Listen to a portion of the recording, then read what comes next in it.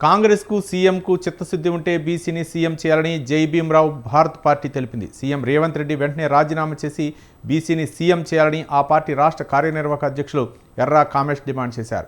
రాష్ట్ర ప్రభుత్వం కులగణన పేరుతో బీసీలకు అన్యాయం చేసిందని ఆయన అన్నారు. అగ్రవర్ణాలకు ప్రయోజనం కలిగించేలా కాంగ్రెస్ వ్యవహరిస్తోందని మండిపడ్డారు. బీసీలను 50% లోపుగా చూపించడం, 2014లో 8% ఉన్న అగ్రవర్ణాలను ఇప్పుడు 15% చూపించడం వెనుక కుట్ర దాగి ఉందని మండిపడ్డారు. 21 లక్షలకు పైగా బీసీలు చనిపోయారనటం ఎవరిని మోసం చేయడానికని ప్రశ్నించారు. కేటీఆర్ కవితలకు పదవులు పోయేసరికి బీసీలు గుర్తుకు వచ్చారని విమర్శించారు. బీసీల మొదటి ద్రోహి బీజేపీ అని స్పష్టం చేశారు. ప్రపంచంలో జనగణన జరపని దేశం ఇండియా మాత్రమేనని అన్నారు. బండి సంజయ్ ముందు నరేంద్ర మోదీని ఒప్పించి జనగణన జరిపించాలని అన్నారు.